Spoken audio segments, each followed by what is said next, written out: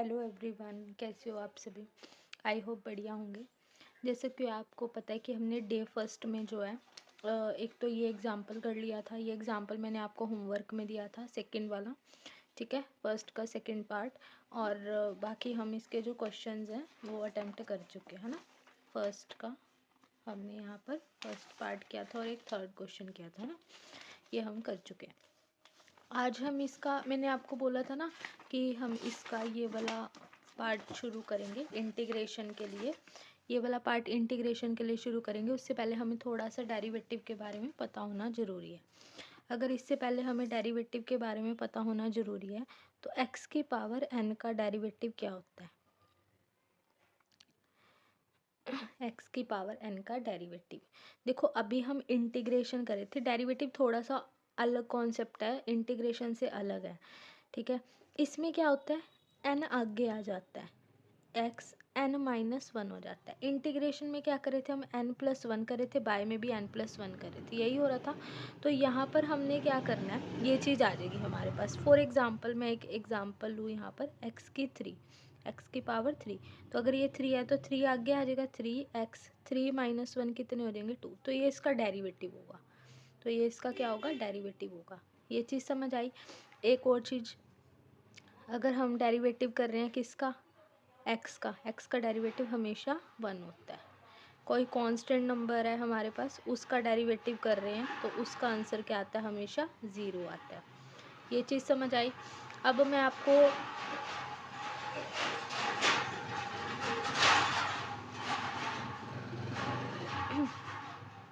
एक और एग्जांपल बताती हूँ। फॉर एग्जांपल मेरे पास d/dx, यहाँ पर मेरे पास 3x हो, क्या हो, 3x हो। तो x का डेरिवेटिव क्या हो जाता है, 1 हो जाता है। 3 कांस्टेंट नंबर है तो यहाँ पर हमारे पास 3 बच जाएगा। ठीक है, तो ये चीज़ मेरे पास आ जाएगी। इतना समझ आया, बस यही था हमारे पास डेरिवेटिव। अलजेब्रा के लिए इतना ही सफिशिएंट है डेरिवेटिव। तो डेरिवेटिव के अब मैं इसमें जो है आपके पास ये क्वेश्चन शुरू कराते हैं एग्जाम्पल। थर्ड पार्ट हमारे पास यहाँ पे क्या है क्वेश्चन में, 3x-4 1/3। इसका हमने इंटीग्रेशन करना है विद रिस्पेक्ट टू dx। ठीक है, क्या करना है, इंटीग्रेशन करना है। Integrate the following with respect to x। इसका हमने अगर इंटीग्रेशन करना है तो ये क्या है हमारे पास, x मानेंगे इस पूरे को, और ये x की पावर n। मैंने कल आपको बताया था x की पावर n का इंटीग्रेशन क्या होता है, x की पावर n+1/n+1, है ना। और यहाँ पे प्लस c आ जाता है। अब देखो x की पावर n का ये होता है ना, तो अब मैं इस पूरे को x मानूंगी, इस पूरे को x मानूंगी तो x की पावर n यानी कि 3x-4 n+1 यानी कि 1/3+1, अपोन में भी क्या आएगा, 1/3+1। ठीक है, अब इंटीग्रेशन में होता क्या है, जो फंक्शन है x की पावर n है ना, x की पावर n का हमने क्या कर दिया, इंटीग्रेशन कर दिया। अब जो फंक्शन है, कौन है फंक्शन, x, जिसकी पावर है उस फंक्शन का, जिसकी पावर है उस फंक्शन का हमने डेरिवेटिव करना है। उस फंक्शन का हमने क्या करना है, डेरिवेटिव। अब डेरिवेटिव लिखेंगे कहाँ, डेरिवेटिव नीचे लिखेंगे। ठीक है, डेरिवेटिव कहाँ लिखेंगे, नीचे। ध्यान रखना, देखो जब मेरे पास यहाँ पे मैंने कल क्वेश्चन कराया था, x की पावर 5 कराया था ना, x की पावर 5 कराया था, इसका इंटीग्रेशन करना था। तो हमने क्या करा था, इसमें हमने क्या करा था, 6 कर दिया था, 1 ऐड कर दिया था, नीचे भी 1 ऐड कर दिया था। इसका जो डेरिवेटिव है, जिसकी पावर है उस फंक्शन का डेरिवेटिव नीचे आएगा। x का डेरिवेटिव क्या होता है, 1, अभी अभी बताया, x का डेरिवेटिव 1 होता है। तो वही चीज़ हमने यहाँ पर कर देनी है।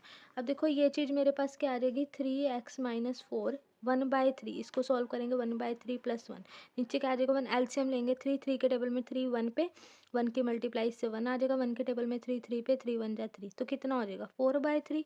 तो यहाँ क्या आ जाएगा, 4/3। सिमिलरली अपोन में भी क्या आ जाएगा, 4/3। इसका जो डेरिवेटिव अगर हम करेंगे तो यहाँ पे क्या आ जाएगा, x का डेरिवेटिव 1 हो जाएगा, ये कितना आ जाएगा, 3 आ जाएगा, और 4 का डेरिवेटिव 0, है ना। तो ये चीज़ आ जाएगी मेरे पास, 3x-4 4/3, अपोन में क्या आएगा, 4/3 इंटू 3, 3 से 3 कैंसिल, तो ये बच जाएगा। बस ये चीज़ ध्यान रखनी है आप लोगों ने कि जो डेरिवेटिव है वो हमेशा नीचे आता है। ठीक है, इतना समझ आया। तो यही था हमारा ये वाला पार्ट। कौन से वाला, ये वाला। ठीक है, देखो ax+1 है, इसके x की, ये मेरे पास ये था ना फॉर्मूला, देखो फॉर्मूला से बता देती हूँ। फॉर्मूले मेरे पास क्या था, फॉर्मूला ये था ax + b n D X था, तो मैंने यहाँ पे क्या करना है, A X plus B, N plus one हो जाएगा, अपोन में भी क्या हो जाएगा, एन प्लस वन, अंदर वाले फंक्शन का डेरिवेटिव एक्स का वन हो जाएगा, इसमें A B C constant x का वन हो जाएगा, तो यहाँ पे ए आ जाएगा और बी का यहाँ पे जीरो, तो ये आ जाएगा, तो यही इसका आंसर था। ठीक है, सिमिलरली नेक्स्ट था, ये अभी हम आगे करेंगे, ये बता देते फॉर्मूला। थर्ड हो गया, फोर्थ फॉर्मूला है मेरे पास integration of D X A X plus B.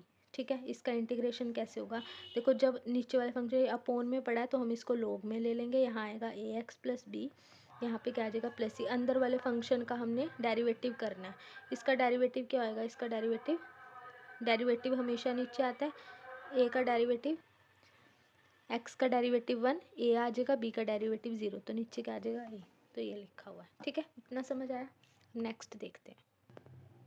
अब मेरे पास ना 6 ट्रिग्नोमेट्रिक टर्म होती है, हमें ऑलरेडी पता है, हम 10th ग्रेड में पढ़ के आए हुए हैं, तो ये 6 ट्रिग्नोमेट्रिक टर्म के हर एक के इंटीग्रेशन नहीं होंगे।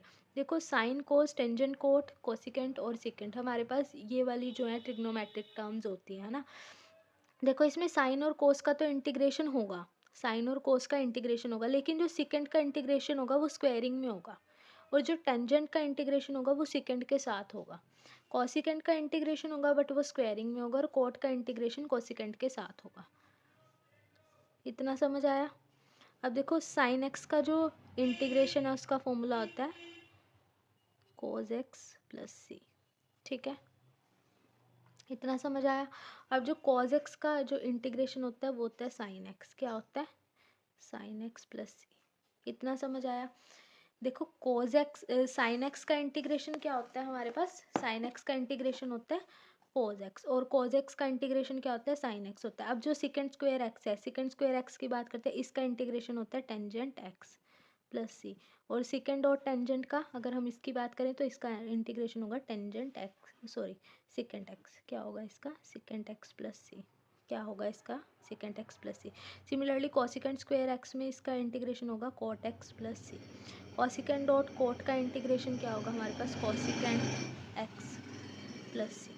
अब देखो जिसके क्वेश्चन में सी होता है उसमें तो डेरिवेटिव में माइनस करते हैं, माइनस लगा आंसर में माइनस, अब जिसके आंसर में माइनस, आंसर में सी है, आंसर में सी किसमें है, इसमें है, इसमें है और इसमें है, तो इनके यहाँ पे माइनस लगेगा, ये चीज़ याद रखनी है। जिनके आंसर्स में सी होता है वहाँ पर हम नेगेटिव साइन अप्लाई करते हैं, ये हमारे पास इंटीग्रेशन के फॉर्मूलाज हैं। ठीक है, यहाँ डी एक्स अप्लाई होगा हर जगह। ठीक है, डी एक्स लगा देना, इतना समझ आया। तो ये इसके फॉर्मूलाज है, इसी के बेस पे हमने इंटीग्रेशन करना है ट्रिग्नोमेट्रिक टर्म्स का। Let's start. एग्जाम्पल्स ना बहुत ज़्यादा मोस्ट इम्पॉर्टेंट होते हैं इनके, तो प्लीज़ वो मत छोड़ के जाना, पेपर में एग्जाम्पल भी बहुत ज़्यादा आते हैं। ठीक है ना, इसलिए साथ साथ बता रही हूँ। अब जो फर्स्ट का है सेकंड पार्ट, हमारा ये फर्स्ट और थर्ड हो गया था ना, फर्स्ट और थर्ड हो गया था, अब सेकंड और थर्ड करेंगे यार। इसका सेकंड देखो, सेकंड क्या है, sign 2x plus cos 2x, यही था, ये क्वेश्चन है मेरे पास। अब देखो इनके इंटीग्रेशन दोनों के पहले मैं अलग अलग कर दूंगी।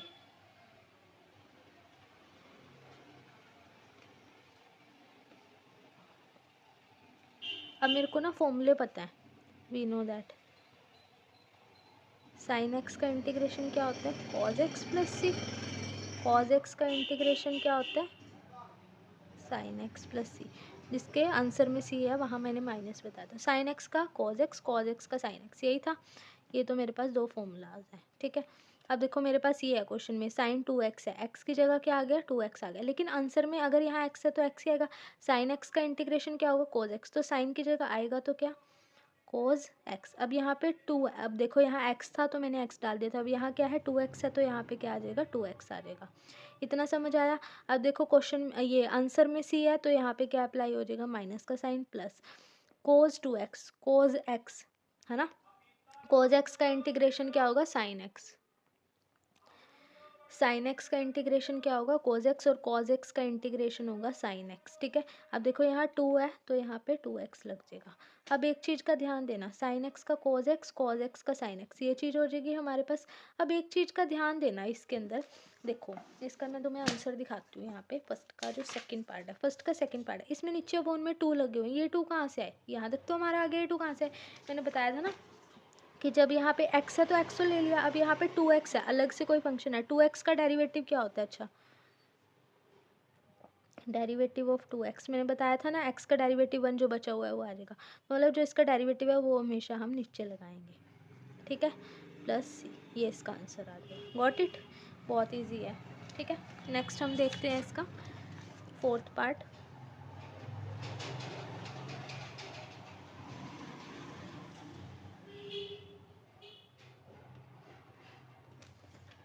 ये इसमें हम मल्टीप्लाई कर देंगे अंदर,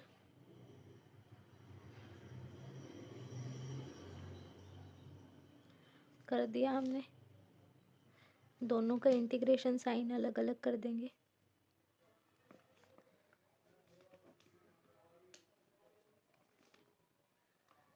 कर दिए। कोसिकेंट स्क्वायर का जो इंटीग्रेशन है वो क्या होता है, कॉट एक्स होता है, और कोसिकेंट डॉट कोट का क्या होता है, कोसिकेंट होता है। ठीक है, कोसिकेंट एक्स। अब मैंने बोला था जिसके आंसर में सी है वहाँ माइनस लगता है, ये वाला माइनस तो ये चल रहा है, अब जिसके आंसर में सी है वहाँ माइनस लगेगा, तो ये इसका माइनस हुआ ना, तो जब इसको ऐड करूँगी तो क्या आएगा, प्लस कोसिकेंट एक्स प्लस सी। अब कोसिकेंट आगे आ जाएगा, वैसे ही लिख दिया, ऐसे भी लिख सकते हैं। ठीक है, तुम्हारी मर्जी है, तो ये इसका आंसर आ जाएगा। Got it, that's it. ये है ये वाला, समझ आया, तो ये इसके आंसर्स थे, समझ आया होगा है ना।